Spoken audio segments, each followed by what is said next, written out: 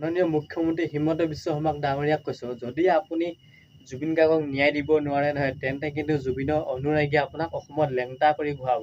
চাই থাকক, আপোনাক এদিন নহয় এদিন জুবিনৰ অনুৰাগীবোৰে আপোনাক লেংটা কৰিব, যদিহে জুবিন গাৰ্গক আপুনি ন্যায় দিব নোৱাৰে। আপুনি অতদিনে কৈ আছিলে জুবিন গাৰ্গক মই ন্যায় দিম, কিন্তু হঠাৎ আপোনাৰ সুৰ কিয় সলনি হৈ পৰে? কেতিয়াবা ক'ব ন্যায় মই দিম, কেতিয়াবা ক'ব ন্যায় মই দিব নোৱাৰোঁ, ন্যায়ালয়হে দিয়ে। আপোনাৰ কথা শুনা আৰু বালিত মুতি থকা একেটাই। আপোনাৰ নিচিনা নিকৃষ্ট ৰাজনীতি কৰা মানুহ অসমত নাই। বহুত ৰাজনীতি কৰিলে জুবিন গাৰ্গক লৈ। জুবিন গাৰ্গ জীয়াই থকা অৱস্থাত আপুনি কিন্তু জুবিন গাৰ্গক একো কৰিব পৰা নাছিলে, জুবিন গাৰ্গক লৈ ৰাজনীতি কৰিব পৰা নাছিল। কিন্তু এতিয়া জুবিন গাৰ্গ নোহোৱা হৈ গ'ল, আপুনি কিন্তু এতিয়া ৰাজনীতি কৰা লাগি গ'ল। মৃত্যু হোৱা মানুহজনকো আপুনি মানে এৰি দিয়া নাই, তেখেতক লৈ এতিয়া ৰাজনীতি কৰি আছে। প্ৰতিটো প্ৰসংগত প্ৰতিটো কথাতে মানে জুবিন গাৰ্গক টানি আনে। জুবিন গাৰ্গৰ হৈ আমুক কৰিছে তামুক কৰিছে। এতিয়া জুবিন গাৰ্গৰ হৈ মানে ন্যায় আপোনালোকেহে বিচাৰি আছে, তাৰ ওচৰত ন্যায় বিচাৰি আছে। সকলো দেখোন আপোনালোকৰ হাততে আছে। আপোনালোকে ইচ্ছা কৰিলে জুবিন গাৰ্গক আজিয়ে ন্যায় দিব পাৰে, কিন্তু কিয় দিয়া নাই? এইবিলাক কথা ৰাইজে মনত ৰাখিছে নহয়। ২৬ত ৰাইজে আপোনালোকক দেখুৱাই দিব, যদিহে জুবিন গাৰ্গক ২৬ৰ আগে আগে যদি ন্যায় দিব নোৱাৰে, আপুনি ধ্বংস। আপোনাক অসমৰ ৰাইজে জুবিন গাৰ্গক অনুৰাগীয়ে কিন্তু লেংটা কৰিব, সেইটো একদম চিধা আৰু স্পষ্ট কথা। হিমন্তৰ কথা শুনা আৰু বালিত মুতি থকা এটাই কথা। আপোনালোকে মুখ্যমন্ত্ৰী হিমন্ত বিশ্ব শৰ্মাৰ কথা বিশ্বাস কৰে নেকি? এখেতৰ কথা বিশ্বাস কৰা আৰু বালিত মুতি থকা একে কথা। বহুত দিনৰ আগৰ পৰা কৈছে যে জুবিন গাৰ্গক হত্যা কৰা হৈছে, কিন্তু কেতিয়া ন্যায় দিব জুবিন গাৰ্গক? জুবিন গাৰ্গৰ কথা ক'লে হিমন্তই কৈ দিয়ে যে অসমত মিয়াসকলে অসম ধ্বংস কৰিছে।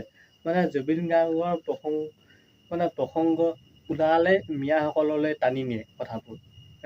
আৰু সেইজন মানুহক অসমৰ ৰাইজে বিশ্বাস কৰিব পাৰিবনে? আজি ইমান দিন হৈ গ'ল, জুবিন গাৰ্গক ন্যায় দিব পৰা নাই। হিমন্ত বিশ্ব শৰ্মাইতো কৈ আছে যে জুবিন গাৰ্গক হত্যা কৰা হৈছে, 100% জুবিন গাৰ্গক হত্যা কৰা হৈছে। এইবোৰ কথা কৈ আছে মিডিয়াৰ সন্মুখত, কিন্তু কিয় ন্যায় দিব পৰা নাই? যদিহে হত্যা কৰা হৈছে, যিসকল লোকে হত্যা কৰিছে সেইসকলক কিয় শাস্তি দিব পৰা নাই বৰ্তমান সময়ত? মানে মুখত যি আহে তাকে বলকি দিয়ে। জুবিন গাৰ্গক লৈ ৰাজনীতি বেলেগে কৰা নাই, হিমন্তই ৰাজনীতি কৰি আছে জুবিন গাৰ্গক লৈ। কেতিয়াবা ক'ব জুবিন গাৰ্গক মই ন্যায় দিম, আৰু কেতিয়াবা ক'ব যে জুবিন গাৰ্গক মই ন্যায় দিব নোৱাৰোঁ, মইতো মুখ্যমন্ত্ৰী, ন্যায়ালয়হে দিব। এইবিলাক কথা কয়। কেতিয়াবা কয় ন্যায় মই দিম, কেতিয়াবা কয় ন্যায় মই দিব নোৱাৰোঁ। মানে কি অসমৰ ৰাইজক কি বুৰ্বক পাইছ নেকি? এদিনাখন এটা কথা ক'ব, এদিনাখন এটা কথা ক'ব। মুঠতে প্ৰতিটো মুহূৰ্তত বেলেগ বেলেগ কথা, একেখন মুখে বেলেগ বেলেগ কথা কৈ থাকে হিমন্তই। অসমৰ ৰাইজক বুৰ্বক পাইছ? হিমন্তৰ কথা বিশ্বাস কৰা আৰু বালিত মুতি থকা একেটাই। এতিয়া কথা হ'ল জুবিন গাৰ্গক কেতিয়া ন্যায় দিব? জুবিন গাৰ্গৰ প্ৰসংগ ওলালে গৌৰৱ গগৈলৈ টানি দিয়ে যে গৌৰৱ গগৈ পাকিস্তানী এজেণ্ট। আৰে পাকিস্তানী এজেণ্টে যদি হয়, ইমান দিনে কি কৰি আছ? আৰে শাসনততো আপুনিয়ে আছে ন? আজি 5 বছৰে কি কৰিলে? যদি সঁচাকৈ যদি গৌৰৱ গগৈ পাকিস্তানী এজেণ্ট হয়, অসমৰ পৰা বহিষ্কাৰ কৰি দিয়ক, পাকিস্তানলৈ পঠিয়াই দিয়ক। যদিহে আপুনিতো কৈছে পুৰা প্ৰমাণ আছে বুলি আপোনাৰ হাতত, কিন্তু সেই প্ৰমাণ সোপা লৈ কি কৰি আছে? সাপতি আছে নেকি প্ৰমাণ সোপা লৈ? প্ৰমাণ সোপা লৈ আপুনি সাপতি থাকিব নালাগে, গৌৰৱ গগৈ পাকিস্তানলৈ পঠিয়াই দিয়ক। যদিহে গৌৰৱ গগৈ পাকিস্তানী এজেণ্ট, অসমত কি কৰি আছে গৌৰৱ গগৈ? এইবিলাক কথা ক'লে এতিয়া আমি বেয়া হ'ব লাগিব। এতিয়া জুবিনদাৰ প্ৰসংগ ওলালে গৌৰৱ গগৈলৈ তাত টানি দিয়ে, বিলাসিত সেনালৈ টানি দিয়ে, মিয়ালৈ টানি দিয়ে। অসমত কৈ আছে বাংলাদেশী আছে, বাংলাদেশী মিয়া আছে। যদিহে বাংলাদেশী মিয়া আছে, অসমৰ পৰা খেদাই দিয়ক না। অতদিনে কিয় খেদাব পৰা নাই? এতিয়া নিৰ্বাচনৰ সময় আহিছে, ২৬ত নিৰ্বাচন হ'ব, আৰু সেই গতিকে মানে জুবিনদাৰ প্ৰসংগ ওলালে অসমখন মানে মিয়াসকলে ধ্বংস কৰিছে বুলি তেনেকৈ কয় আপুনি। যদিহে ধ্বংস কৰিছে, সিহঁতক বাংলাদেশলৈ পঠিয়াই দিয়ক। কিয় এটাও মিয়া খেদাব পৰা নাই? আপুনি কৈ থাকে অসমত বাংলাদেশী আছে। হয়, অসমত বাংলাদেশী আছে, কিন্তু আপুনি এটাও বাংলাদেশী খেদিব পৰা নাই, কেৱল মুখত কয়। মই থকালৈকে অসমত মিয়াসকলৰ শান্তি নাই বুলি কয়। যদিহে সঁচাকৈ যদি আপুনি থাকিলে অসমত মিয়াসকলৰ শান্তি নাই, তেনেহ'লে বাংলাদেশলৈ পঠিয়াই দিয়ক মিয়াসকলক। কিয় এটাও খেদাব পৰা নাই? এনেই মুখত উস্তাদি মাৰি লাভ নাই, কামে কাজে লাগক, গম পাইছেনে? মুখত এনেই উস্তাদি মাৰি মাৰি কথাবিলাক কৈ লাভ নাই। মুঠতে মিডিয়া সন্মুখত আবুল তাবুল বকে। আৰু কেইটামান কথা কৈছিল যে জুবিন গাৰ্গক চিনেমাখনক লৈ। আপুনি জুবিন গাৰ্গৰ চিনেমাখন চাব যাব, কেতিয়া চাবলৈ যাব? সেই ভঙা হলটোত চাবলৈ যাব নেকি?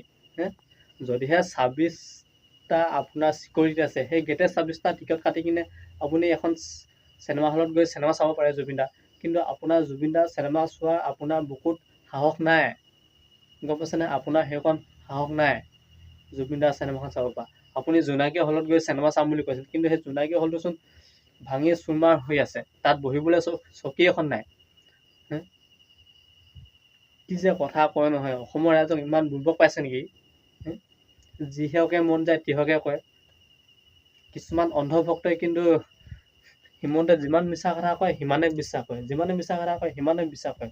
এই অন্ধভক্তসকলৰ কাৰণে কিন্তু আজি হিমন্তে অসমৰ ৰাইজৰ মূৰৰ ওপৰত উঠি নাচি আছে, গম পাইছেনে?